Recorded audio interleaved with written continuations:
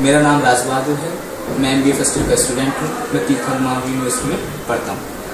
आज हमारे बीच हैं डॉक्टर मोहसिन सिन्हा सर, जो हमें बताएंगे आज जॉब पाने के लिए रिज्यूम की क्या इम्पोर्टेंस है। देखिए राज, जहाँ तक रिज्यूम बनाने का सवाल है, रिज्यूम बहुत ज़्यादा बड़ा रोल अदा करता है जॉब लेने के लिए, क्योंकि जब आप कहीं पर भी अप्लाई करते हैं किसी जॉब के लिए तो सबसे पहले अपना रिज्यूम आपको भेजना होता है, और रिज्यूम शॉर्ट लिस्ट होने पर ही आपको इन्विटेशन मिलता है इंटरव्यू में आने का। तो अगर आपके रिज्यूम में वो धार नहीं है, वो चमक नहीं है, वो जान नहीं है, वो दम नहीं है, तो जाहिर सी बात है कि वो सेलेक्ट नहीं होगा, और सेलेक्ट नहीं होगा तो आपके लिए इंटरव्यू में कॉल नहीं आएगा। इसलिए रिज्यूम को बनाते समय बहुत ज़्यादा केयरफुल रहना चाहिए, और रिज्यूम आपके अचीवमेंट्स को, आपकी पर्टिकुलर्स को शो करे इस तरीके का होना चाहिए, और उसमें कहीं ना कहीं आपकी क्वालिफिकेशन, आपकी स्किल्स भी नज़र आनी चाहिए। बहुत सारी पॉइंट्स हैं जो रिज्यूम बनाते समय ध्यान रखने चाहिए। तो जहाँ तक रिज्यूम की इम्पोर्टेंस का आपने कहा, रिज्यूम की एक बहुत बड़ी इंपॉर्टेंस है। ठीक उसी तरीके से कि जब आप युद्ध में लड़ने के लिए जाते हैं तो युद्ध में जीतने के लिए आपको ब्रह्मास्त्र की जरूरत पड़ती है। तो मैं कहता हूँ कि आपका CV या आपका रिज्यूम जो है वो एक ब्रह्मास्त्र का काम करता है। हाँ, तो सर अब आपके लिए क्वेश्चन हो रहा है, आप बताएं CV और रिज्यूम में सर क्या अंतर है। देखिए, CV और रिज्यूम में अंतर यह है कि रिज्यूम जो है वो फ्रेशर्स के लिए होता है, और CV होता है एक्सपीरियंस लोगों के लिए। रिज्यूम मैक्सिमम 2 पेजेस का होता है, और CV की कोई लेंथ नहीं होती। CV ज्यादा हो सकता है, क्योंकि जब कोई अनुभवी व्यक्ति होता है तो उसके पास दिखाने के लिए बहुत कुछ होता है, कहने के लिए बहुत कुछ होता है। तो ऑटोमेटिकली जब आपके पास बहुत सारी चीजें हैं, आप उसको मेंशन कर सकते हैं, और उस केस में साइज बढ़ेगा ही बढ़ेगा। तो CV एक्सपीरियंस लोगों के लिए, और रिज्यूम जो फ्रेशर्स है उनके लिए, ये फर्क है। सर हमें क्वालिफिकेशन को रिज्यूम में कैसे मेंशन करना चाहिए।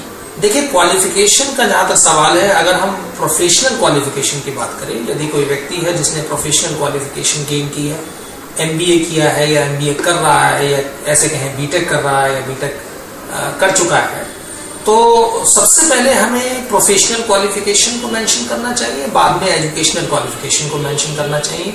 और क्वालिफिकेशन को मेंशन करने का तरीका ये होता है कि आप मोस्ट रिसेंट से स्टार्ट करें, यानी कि जो आपने अभी क्वालिफिकेशन ली है या हाल फिलहाल में ली है वो पहले आए, और जो आपने बहुत बाद में ली है वो आखिर में आए। कहने का मतलब, यदि कोई व्यक्ति ने MBA किया है तो पहले MBA मेंशन हो, फिर ग्रेजुएशन मेंशन हो, उसके बाद इंटरमीडिएट और 10th मेंशन हो। अगर आपके रिज्यूम का साइज बड़ा हो रहा है किसी वजह से, तो आप 10th और 12th को वहां से हटा भी सकते हैं, क्योंकि आपको ये देखना होगा कि कौन सी क्वालिफिकेशन आपके लिए इंपॉर्टेंट है। अगर MBA के बेसिस पर आप जॉब लेने जा रहे हैं तो वो मेंशन होना बहुत जरूरी है, उसको, और ग्रेजुएशन को मेंशन कर सकते हैं, हाई स्कूल और इंटरमीडिएट को आप हटा सकते हैं। ये जरूर ध्यान रखें कि किस ईयर में आपने वो किया है, वो क्वालिफिकेशन अचीव की, उस ईयर को मेंशन करें, परसेंटेज भी मेंशन करें, किस कॉलेज से हैं, किस यूनिवर्सिटी से हैं, वो भी उसके अंदर आना चाहिए। कंप्लीट इंफॉर्मेशन होना चाहिए कि आपने कौन सा कोर्स किया है, किस विद्यालय से किया है, किस विश्वविद्यालय से किया है, और साथ साथ आपका परसेंटेज क्या रहा है। और अगर लगता है कि सब्जेक्ट्स भी मेंशन होना जरूरी है तो सब्जेक्ट्स भी वहां पर मेंशन करना चाहिए। सर वैसे तो देखा जाता है कि फ्रेशर्स के पास कोई एक्सपीरियंस नहीं होता, लेकिन उनके पास जो एक्सपीरियंस होता है पार्ट्स में होता है, तो वो रिज्यूम में कैसे मेंशन करें।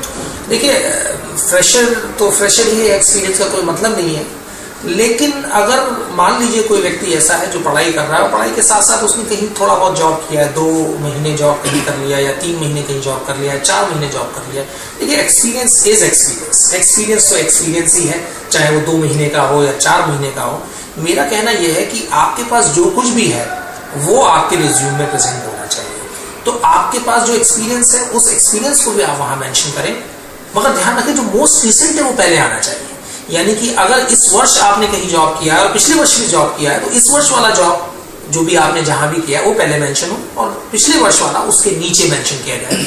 अब जब आप एक्सपीरियंस को मेंशन करते हैं तो एक तो नेम ऑफ द कंपनी, किस कंपनी में आपने जॉब किया है, किस ऑर्गेनाइजेशन में जॉब किया है, वो वहां मेंशन होना चाहिए क्लियरली। कितने वक्त के लिए आपने जॉब किया वहां, किस टाइम से किस टाइम तक, वो मेंशन होना चाहिए। और क्या प्रोफाइल आपका वहां पर रहा, प्रोफाइल के साथ साथ आपकी रिस्पॉन्सिबिलिटीज क्या थी वहां की, रिस्पॉन्सिबिलिटीज भी अगर आप वहां मेंशन कर सकते हैं तो वो भी मेंशन करें। अगर आप सपोज मार्केटिंग का जॉब किया तो मार्केटिंग के जॉब में आप क्या करते थे, आपका काम क्या था एग्जैक्टली, वो काम, वो रिस्पॉन्सिबिलिटीज भी उसमें मेंशन है। और प्रोफाइल तो ऑफ कोर्स, डेजिग्नेशन तो ऑफ कोर्स मेंशन होगा ही, किस टाइम से किस टाइम तक आपने जॉब किया, क्या टेन्यूर रहा आपका, और कंपनी का नाम, ये सारी चीजें मेंशन हो। आप उसको एक लाइन में भी मेंशन कर सकते हैं, एक स्टेटमेंट बनाकर, या आप कुछ हेडिंग्स यूज कर सकते हैं और हेडिंग्स के थ्रू भी अपने एक्सपीरियंस को शो कर सकते हैं। सर अब मैं जानना चाहूंगा कि सर वैसे तो प्रोफेशनल कोर्स में स्टूडेंट बहुत से प्रोजेक्ट्स करते हैं, लेकिन उन प्रोजेक्ट्स को वो कैसे अपने रिज्यूम के अंदर मेंशन करें?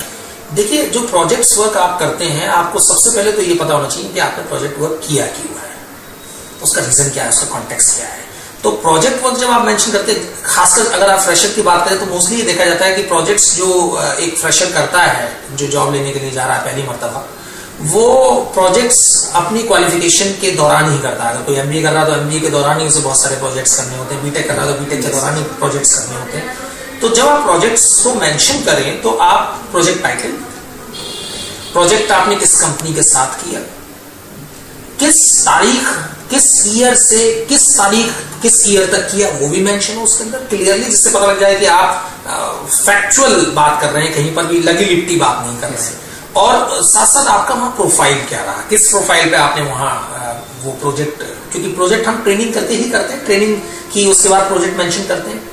जितने भी प्रोफेशनल कोर्स हैं उसमें इसी तरीके का ट्रेंड है। तो आप अपनी ट्रेनिंग के बारे में भी बता रहे हैं और साथ साथ प्रोजेक्ट के बारे में बता रहे हैं। प्रोजेक्ट आपको ट्रेनिंग के आधार पर करना होता है, तो वहां आप कंपनी का नाम और वो जो टेन्योर है आपका ट्रेनिंग का वो, प्लस आपकी जो रिस्पॉन्सिबिलिटी वहां पर रही उस रिस्पॉन्सिबिलिटी को मेंशन करें और इस तरीके से आप दिखाएं कि आपने प्रोजेक्ट किया। और एक चीज और यहाँ इंपॉर्टेंट है कि वो कॉन्टेक्स्ट भी जरूर आना चाहिए कि किस कॉन्टेक्स्ट में प्रोजेक्ट किया है।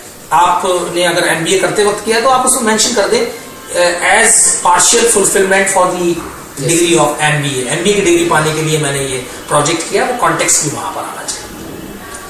हाँ सर, क्या हमें अपनी स्ट्रेंथ भी रिज्यूम के अंदर मेंशन करनी चाहिए? स्ट्रेंथ हम मेंशन कर सकते हैं, ऐसा नहीं है। और स्ट्रेंथ जब भी मेंशन करें थोड़ा केयरफुल रहें, क्योंकि स्ट्रेंथ में क्या होता है, कभी हम बड़ी बात लिख देते हैं।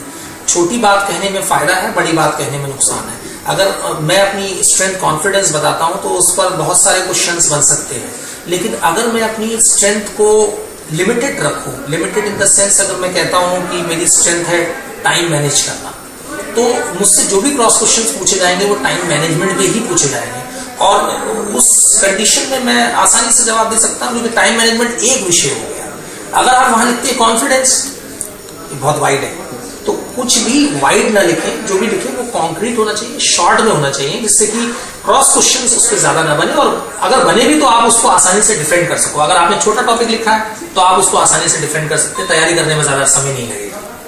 तो इस बात का ध्यान रखना चाहिए। सर अब आप थोड़ा स्किल सेट्स के बारे में बताइए।